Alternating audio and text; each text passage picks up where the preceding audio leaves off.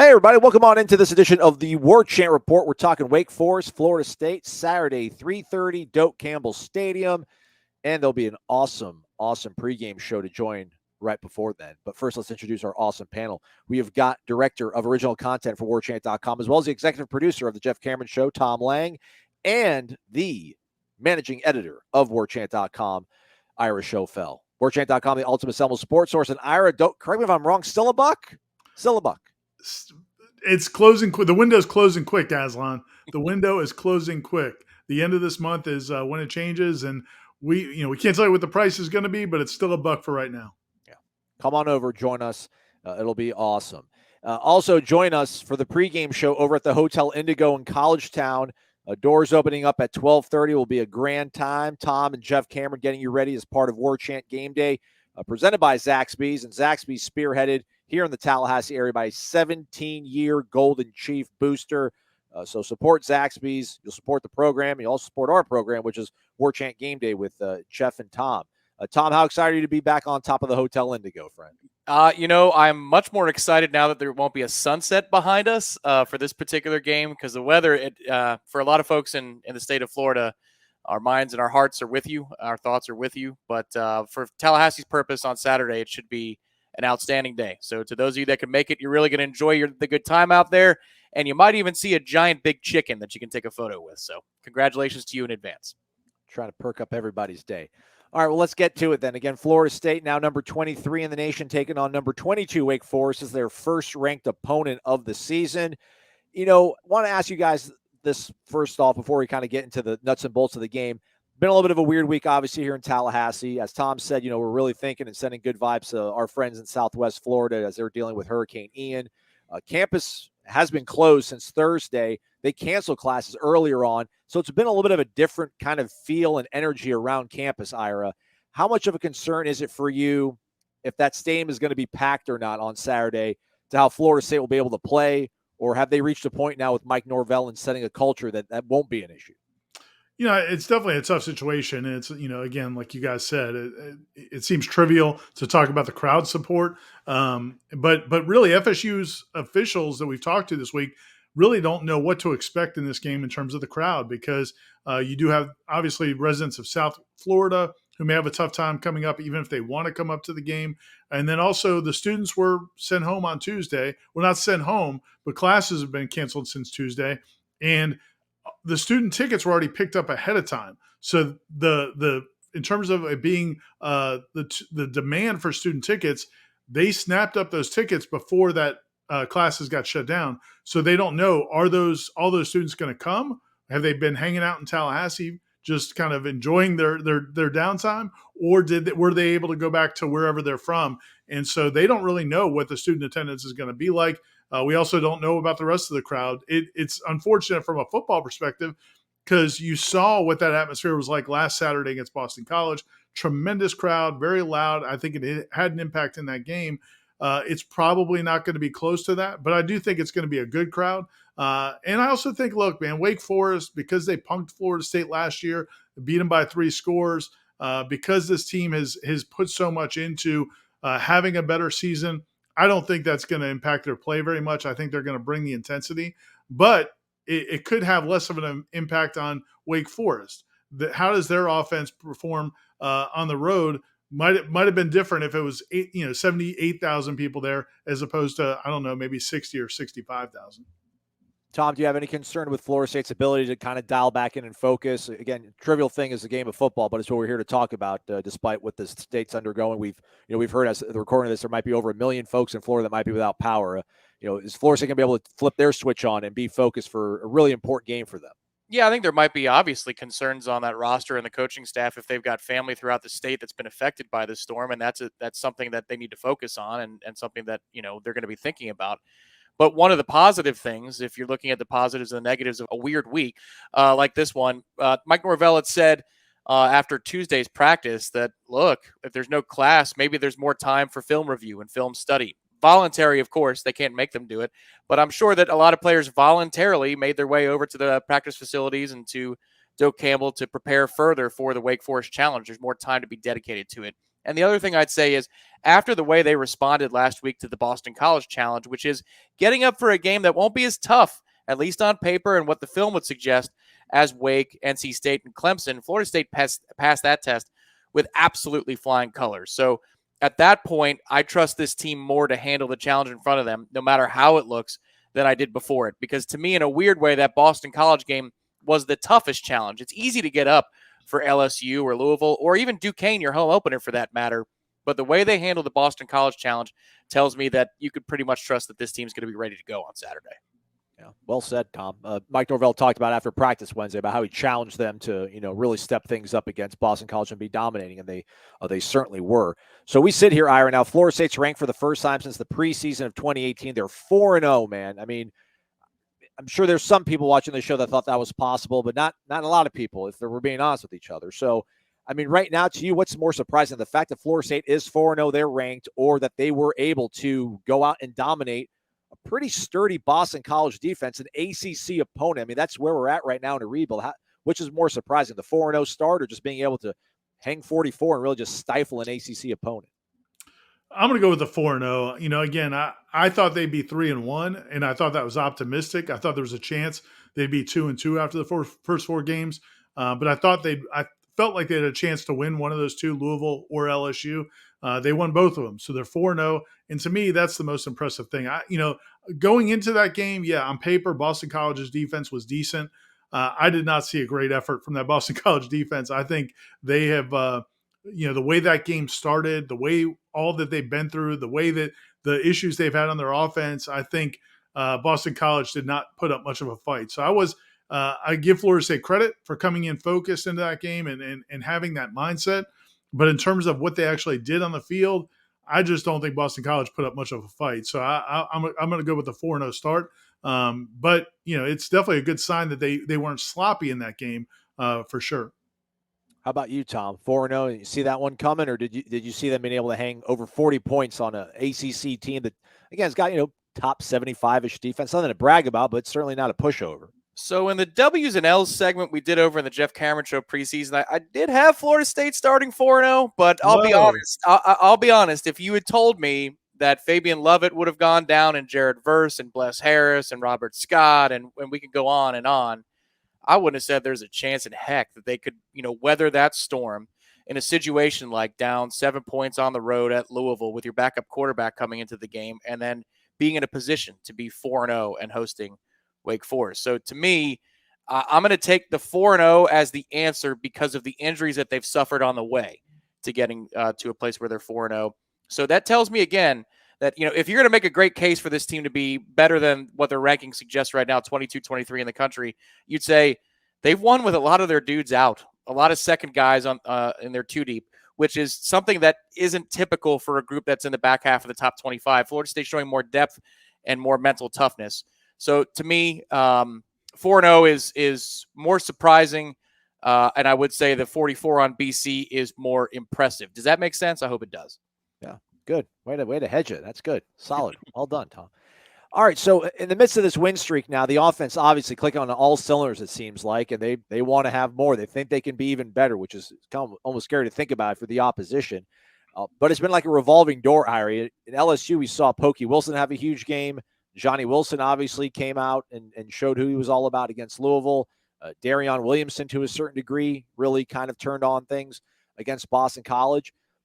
How awesome is it to kind of see, if you're a Florida State fan and you obviously want to see a high-flying offense, that they got so many different weapons. We talked about three-headed monster on the running game, but the fact they've got this revolving door of playmakers out wide, how sort of encouraging is that for Florida State? Is it indicative of anything bigger at play for Mike Norvell and what he's got created right now?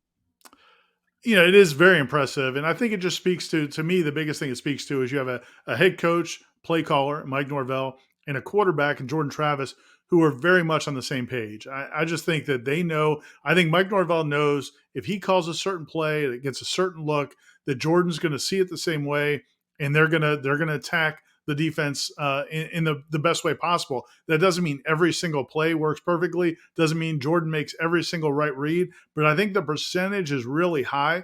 And I think the way Mike Norvell, I think they do a very good job with this system of finding those matchups, putting the defense in conflict, whether it's using motion, formations. There's a lot of things they do to put the defense in challenging situations. And Jordan's doing a very good job of seeing those situations, anticipating them, and getting the ball to his playmakers. And I think that's going to continue all year. I think you're going to see one week Johnny Wilson have a big day. The next week it might be Pokey Wilson. I think it's going to rotate. This is a game right here against Wake Forest, and I know we'll talk about it more. But I think it's a game where maybe the running backs have a huge day. So I just think that's where they're at with this offense right now. Is they've got a lot of different weapons, and they have a quarterback that's on the same page with the head coach.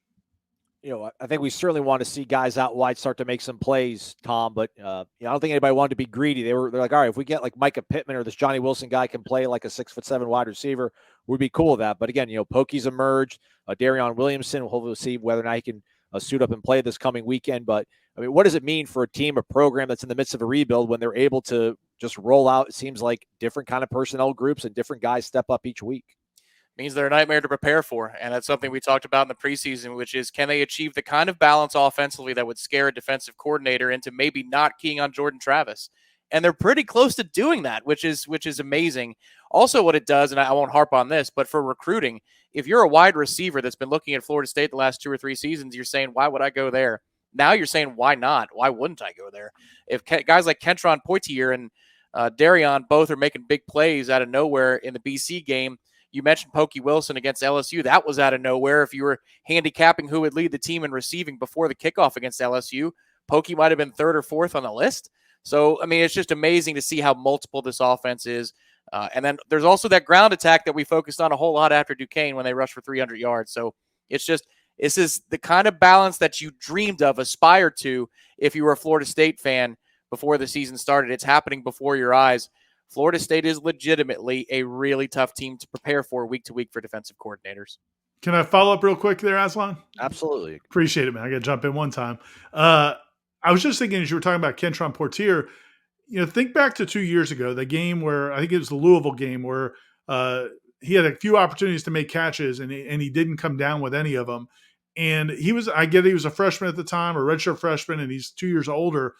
But I really think part of it is the contagiousness of guys winning their one-on-ones and what that does, because Kentron going up and mossing a defensive back is something that maybe we didn't think was possible. But I do think they all have this shared confidence now because they're seeing each other do it. And I think that's something that's been positive. Yeah, footnote on that, just from the practice access that we get, Darion did that in practice the week before the game too, and it's not just Johnny Wilson that's doing it.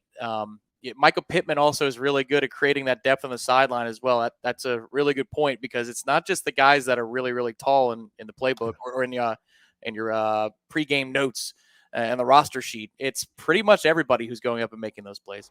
Florida State taking on Wake Forest. They're back home this weekend. A 3:30 kickoff scheduled tentatively as we do this for you guys here. I don't know. Corey's trying to start this whole thing about pushing it to a night game, so I don't want to take away from Corey's big dreams. But before kickoff, be sure to join Jeff and Tom for Warchant Game Day. 12:30, we'll be hanging out over at the Hotel Indigo. Those have been a fun little affair there. So it'll be you and Jeff breaking things down atop the Hotel Indigo. Tom, how excited again are you to hang out with Jeff and speak to the people directly, as opposed to just speaking into a camera like this all the time? It's a fun atmosphere. And again, the weather's going to be outstanding on Saturday for folks who do make it to Tallahassee. But, even the days that's a little warm, Aslan, you've seen it. Ira, you've seen it inside. So they've got an air-conditioned space with the games on TVs. You've got the full menu. You've got a cash bar. So they have all the accoutrement that you're looking for to enjoy a game day, both inside and out. But I'll bet you on Saturday from 12:30 to 2:30, the weather's going to be fantastic out there. So we can't wait to see you folks. And obviously there's a full lineup because we'll be passing the baton over to Aslan and D-Rob starting at 3:30 with the watch along. And if they have the chicken mascot, bring the kids. Yeah. Get a picture with the chicken. All right, Tom, this Wake Forest defense, looked a little bit vulnerable, I guess you could say, against Clemson. And I don't think the Wake Forest defense by any standard metric is any better than the Boston College team that Florida State ran through with quite ease this past Saturday. So, I mean, where's your confidence level at right now if you're thinking about Florida State's offense and the ability to make this or at least keep up the pace of a track meet? Right now, as we record this, Florida State is 7-point favorite. The over-under started off at 66. It's trickled down to 64.5. So it sounds like Vegas is probably thinking some sort of low 30s, high 20s, final score, maybe 35, 30 something in that sort of range. Can Florida State keep up that pace? How confident are you?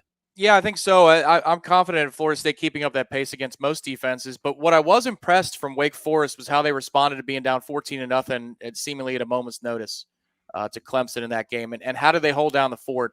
Well, they challenged the line of scrimmage. They played Clemson's receivers tight in man-to-man coverage. And then they attacked and took away the running game as best they could. Were they always successful? No. But one thing that I noted about Wake's defense against Clemson, and again, that's a game that gives you a great indicator for what you're going to see in a matchup against the Florida State, because they have to break out everything that they've got. They're coming down to the line of scrimmage at 100 miles an hour, Aslan, and they're challenging DJ to make really smart plays and really good decisions in a tenth of a second. And sometimes he didn't. Sometimes DJ would hold the ball. So for me, my confidence starts with Jordan Travis' ability to make quick decisions and find open receivers. He's been outstanding against pressures this year. In fact, I saw a stat this week that Florida State has allowed pressure rates fifth most in the country. The offensive line has against the blitz, which makes sense because of all the reshuffling they've had to do on the offensive line. But if you think about that, the blitz rate is fifth highest in terms of pressure getting home to Jordan Travis and the Florida State quarterbacks this season. And yet, how productive has he been? That means that he knows where to go with the football when the pressure comes. If Wake Forest decides to do to Florida State what it did to Clemson, I think there's going to be a lot of explosive play opportunities for FSU down the field or with Jordan's legs. But it should be interesting to see if Wake takes the same tact against FSU that they did against Clemson, or if they have, oddly enough, this sounds crazy in the preseason, but do they have more respect for Florida State's offense than they did Clemson's offense? It should be interesting to watch. I think it's more crucial for Florida State's receivers to step up and continue this sort of next man up. I'll be the big guy to lead us. Or will the run game really have to maybe kind of start delivering once again with these running backs? Yeah, I would love to know what Dave Clawson and his defensive coaching staff are going to do in this game, because I agree with Tom. I thought that they went into the Clemson game thinking, we're going to stop the run. We're going to do everything we can to stop the run. Wake Forest run defense has not been good historically, certainly the last couple of years, but they committed bodies to it, and they were going to try to outnumber Clemson at the point of attack, and they did a pretty good job of it in a lot of instances. And that gives me a little concern, because I thought this was a game where Florida State would just run the ball a good bit against Wake Forest. But I do think they're going to play more honest. I do think they have more respect for Jordan Travis and FSU's receivers. Clemson hadn't shown the ability to really throw the ball down the field the way they did in that game. They did it. You kind of saw DJ Uyunglele and those receivers kind of gain confidence as the game went on. But I think Florida State's receivers and quarterbacks already have that confidence. So I expect Wake to try to play a little bit more straight up, and maybe be opportunistic. But that's going to be a tough ask as well, because if you don't load the box, I think Trey Benson and Trayshawn Ward and Jordan Travis running the ball, it could be a long night that way. So I think they're going to have to pick their poison. And I think Florida State just has to be prepared for whichever way Wake wants to go. What's the biggest matchup for you then, Ira, going into this? I feel like it was such a back and forth effort. If a lot of people did get the opportunity to watch the Wake Forest Clemson game before Florida State dismantled Boston College, and you just saw, one receiving core making plays, the next receiving core making plays. Will it be, receivers on Wake Forest against FSU's DBs, or is there one sort of matchup that you think might be the most important to keep an eye on? That's where my entire focus is really going into the game. I just think Wake Forest receivers are really good. This is not, I don't know how many years we have to see Wake Forest be good to take people to understand that they have players, and their receivers are really good, and they have a great college quarterback in Sam Hartman. And the 6 touchdown passes he had against Clemson were not a fluke. I mean, he throws the ball well on the road too. If you look at his home and road splits, he throws the ball well on the road as well. So I think really the onus is going to be on Florida State's secondary. And I don't know how much quality pass rush they're going to get, because you have a lot of guys who are questionable up front on that defensive front. So now what we saw last week against Boston College was Adam Fuller dialed up a lot of pressures, and you might want to do that in this game, but I don't know how good you feel about that, because Sam Hartman, I don't think is going to be as affected by pressure as Phil Jerkovich was. So it's just I think it's a fascinating matchup. But at the end of the day, Florida State's defensive backs have to make plays. They have to break up passes. They have to be aggressive. They have to be physical, be willing to take some of those pass interference calls if they're going to come. But you just can't let those receivers go up and make one-on-one plays the way they did against Clemson. And we've seen that at practice this week. I mean, I think we've all remarked about it out there at practice, is FSU's DBs seem to be raising their level of play this week. And I think it's because they've been challenged and they know that that's going to be the key to this game, because if Florida State's offense is going to have a lot of success, they've got to get some stops, and it's going to come down to those DBs. Tom, for you, obviously you said you're confident about Florida State's chances offensively to move the ball and score on Wake. Then I guess on the counter of that, what would be the concern? What's the matchup you think that might be maybe in Wake Forest's favor, the one that you're at least going to keep an eye on? Yeah, I think Ira has the correct answer there. You know, it's one thing we've seen in practice, Florida State's corners and defensive backs in general get downhill and make some plays on the ball. But if you've got to follow somebody around for 3 seconds and 4 seconds and 5 seconds because of how long that offense, it's ride and decide, but that's a long ride, man. That's like bumper to bumper traffic between Sam Hartman and the running back, what they do at the mesh point. That's a tough task for the defensive back. So to me, instead of that answer, I'll deviate and say the interior of FSU's defensive line against the interior of Wake Forest offensive line. If you can force Sam Hartman to make decisions quicker without the extra pressure, then maybe you work your way into a couple of turnovers, or on a 3rd and 7, you get off the field instead of having a killer drive extending play because you couldn't affect the quarterback and force him into a decision quicker than he wanted to be. So that was something that Florida State wasn't great at against Louisville, was affecting the play from the interior of the defensive line. Obviously, they're down a key player in Fabian Lovett, and we'll see. Maybe he makes it back, but we'll see. But that's something that if it improves in this game, and maybe FSU's D-line can do something that Clemson's could not with consistency, then the whole timing of everything that Wake Forest wants to do is mitigated to the point where they make some plays, but not nearly as many as Sam Hartman did against Clemson, excuse me. Like this video, everybody. Subscribe to our channel. It's totally free. And then also subscribe to the Warchant podcast feed. It's got everything on there. You got Seminole headlines. You got the Jeff Cameron show on its own feed. You got the Jeff Cameron show 1 to 3 o'clock, getting you ready for the rest of the week. And then the pregame show rather with Jeff and Tom, Warchant Game Day presented by Zaxby's. That's also, it's a pregame show, but they put on a podcast, everybody, and you all love it and eat it up. It's amazing. What a wonderful world we live in. So subscribe. Also, subscribe to warchant.com, the ultimate Seminole sports source. All right, gentlemen, it is now our turn to make some picks and talk even more about this game. But before that, though, I lied. Let's let our other staff members that are not on the panel today make their picks for the Wake Forest-Florida State game. What's up, Nole fans? It's time. You've been waiting a long time. I know you're waiting to call your bookie, or my bookie, for this bet. I'm saying it's going to be a close game because it's Florida State-Wake. 2 good offenses, top 25. I like the special teams to make another impactful play. I think your quarterback might be as good as this quarterback, and I think your defense, even maybe without some guys, is better than that defense. Plus, you're at home. That gives me a little more confidence than normal. So I'm looking at, I'm going to say 33-27 Noles. I don't know how you get to 33. I'm not saying Fitzmagic's going to miss 2 extra points. I'm not saying that. He might make 11 field goals. I don't know. But I think you're going to win the game 33-27. The defense is going to get a stop in the final minute to get you to 5-0. Can you believe it? And we're all going to be dancing. All of us. 5-0. All right, Noles. I love this offense too much. So I got to tell you, I don't think Wake stops us. I like Florida State to win this game 41-30. Not who has the ball last, but we get a couple of stops, get out to a lead, and hold on for dear life.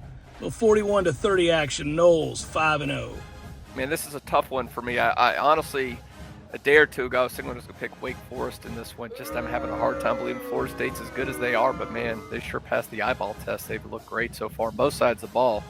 But the one thing that's kind of making me lean towards Florida State in this one, I think Clemson had that emotional game with Wake Forest last week. I think Wake's going to be, it's a little bit tougher situation for them coming off of that, coming down to Tallahassee. Florida State had pretty much a cakewalk against Boston College. That puts them in a much better position for this game. Plus, I think the weather could actually help Florida State here. It's supposed to be a little bit windy, the field's soggy, and Wake Forest, incredible passing with Sam Hartman. I have nothing but respect for what he can do. Some really good receivers at Wake Forest. They rank number 9 in the country in passing. But guess what? They're number 104 in rushing. But it's a windy day. Conditions aren't the best. That's going to probably help Florida State in this game. So give me the Noles in a close one. 31-30. FSU pulls it out by a point. Thank you, gentlemen. Let's see if we can swing and make this a complete sweep for the Noles winning on Saturday. Again, taking on Wake Forest in Doak Campbell Stadium. 7-point favorite as of recording of this. We'll start off with you, Tom. You said 4-0. Yeah. 4-0 start. This is the first ranked opponent Florida State's going up against in Wake. Who you got? In that same segment, I did pick Wake in this spot, but here's the difference between then and now. All right. So spoiler alert. I love the circumstances of this football game. And by that, I mean Wake coming off of an emotional and physical loss on the road or at home against Clemson. Boy, I'm all kinds of screwed up today. But I love the circumstance of this game for that reason and because Florida State's starters got off the field after about 2.5 quarters against Boston College. So you put those two things together, these details matter greatly in college football. And so had this game been played under different circumstances, neutral site, in a spot like this, maybe with Florida State being as banged up as it is, I would pick Wake Forest. But instead, I will say FSU improves to 5-0, and what heady times we live in.